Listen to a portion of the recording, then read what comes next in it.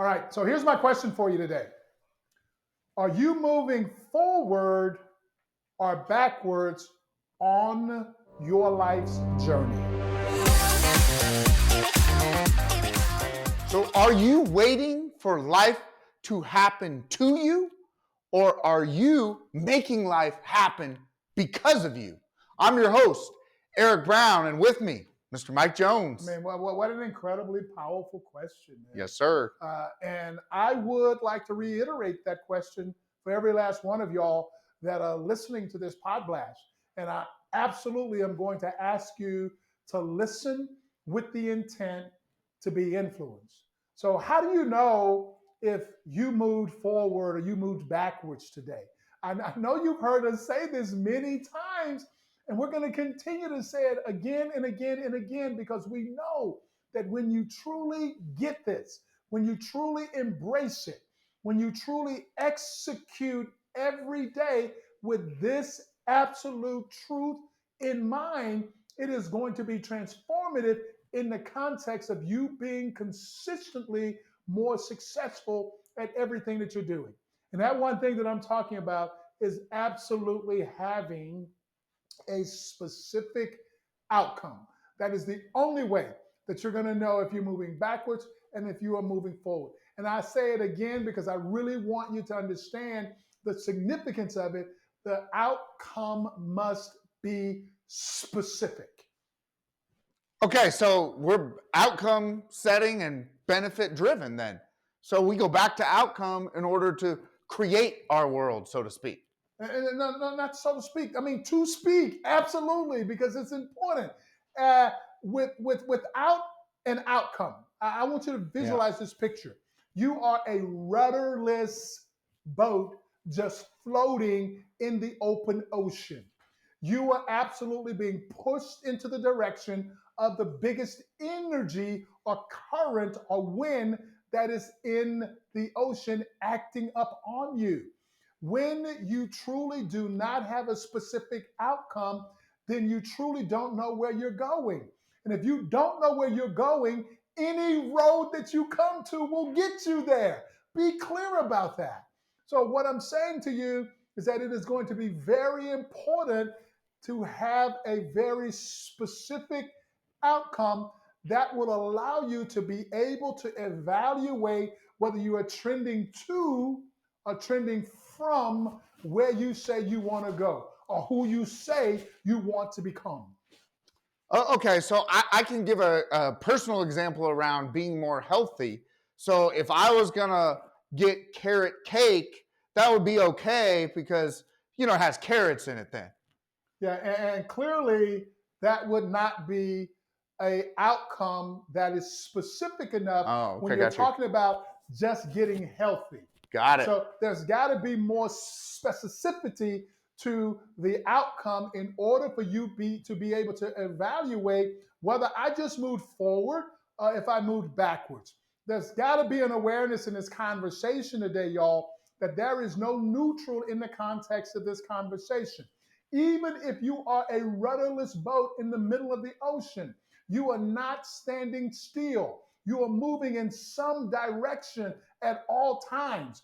The question is it the direction that you want to go? Is it the direction that is going to get you to the things that you want? Is it the direction that is going to produce the outcome that you say that you're focused on? Okay, got it. So then would I be more specific and say, in that example of being more healthy, I would say I'm gonna lose a certain number of pounds to become healthy. Yeah, and the reason why I can't support that either, Eric, is that when we're focused on losing something or not doing something, I like to refer to that as running from pain or running from what I don't want.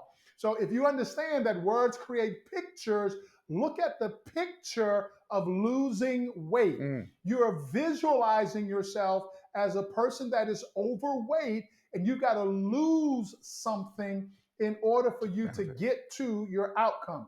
The behaviors associated with running from what you don't want are completely different from running to what you want. So, my coaching to you would be to make sure that the words associated with your specific outcome are going to have you running to gain. Look at the picture rather than running from pain. Okay, so I'm connecting to it now. So my diesel jeans that are a size 36 and I'm a 40 right now, that four size, that picture would be something I could run to in order to be healthier and get into those jeans. Yeah, very interesting example, Mr. Brown. But yeah, that is exactly what we're saying here. I want to focus on what I want rather than what I don't want. And if I am focused on fitting inside those size 38 diesel jeans, then Yeah. that is a picture that I am running to, not the one that I'm running from.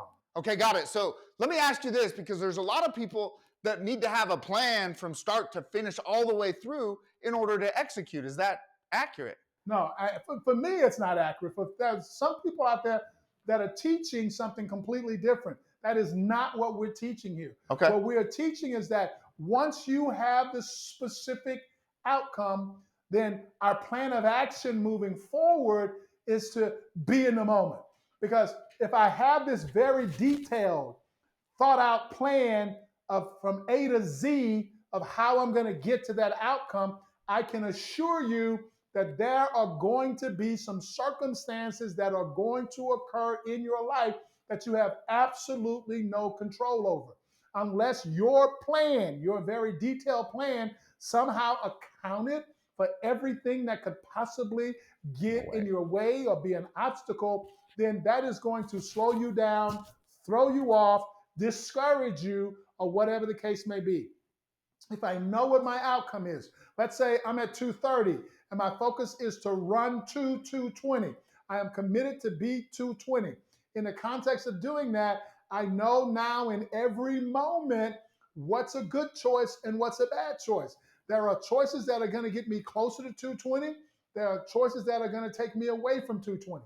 So now that I have gotten very specific in that outcome, I absolutely have identified the appropriateness of my choices and my decisions. Now, if I am now understanding that there are going to be some unintended positive things that are going to happen as a result of me setting that specific outcome, it means that I'm now going to become even more self disciplined as a result of that as well. So the more and more I set specific outcomes, there are going to be a ton of unintended consequences, positive consequences that will occur for me as long as I am focused on the outcome moving forward. Okay, so in that healthy example, then I would be saying, hey, I'm going to be healthier. I'm going to eat carrots. And I would not go for the carrot cake because that would set me backwards. And I don't need to know how every step I'm going to take. I just got to take the first step, buying the carrots to get there. Absolutely. So in the context of this conversation, if the outcome is as specific as I said a moment ago, I'm focused on getting to 220, then I'm not going to even have carrot cakes as an option, Sure. as an appropriate decision based upon my outcome. So again, the appropriateness of the choice that you're going to make is going to be determined by where you're going. And how do I know where I'm going? I have a very specific outcome that has created a very specific picture that I'm running to, and I'm not running from pain. But Mike, nobody's perfect.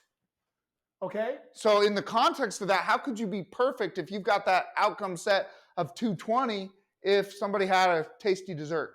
Yeah, and in the context of this conversation, I really hope we don't mess people up with this, but I can only speak the truth here. In the context of this conversation, I'm not perfect becomes an excuse for you to get off of the commitment that you made to healthiness. Because anything that occurs between now and 220, you getting to your outcome that ended up being carrot cake and not carrots, it's not a matter of a lack of perfection. It just means that you made some poor choices along the way. For me to say I'm not perfect is also abdicating the responsibility that says I made a mistake. No, you made a choice, and that choice is yours. And know that you may make some inappropriate choices. I can accept that, but I also want you to be willing to accept personal responsibility for those choices and get back on track as soon as possible. No need to beat yourself up for that you had a weak moment, but I'm asking you to own that moment as you absolutely make the choice to forgive yourself and move forward and get on with it. Okay, I like it. So be kind to yourself, small steps, small wins, and create the energy that'll get you to the outcome. Absolutely. That's exactly the recipe that is going to allow you to be successful at becoming amazing. And I'm going to tell you this, none of us were born amazing. I know Mr. Brown feels like he was. Well, none of us were born amazing, but every last one of us can become amazing by absolutely making the choice to go for the things that we want, but make sure that those outcomes are very specific in order for you to get to the amazingness that awaits you on your journey. Well, all y'all just heard it. Go be amazing. Take the first step. We're on your team. All right. And if you truly want to be amazing, you're going to have to get out of that comfort zone and get out on that edge. Because if you are not living your life on the edge, you are taking a fall. Here we go now.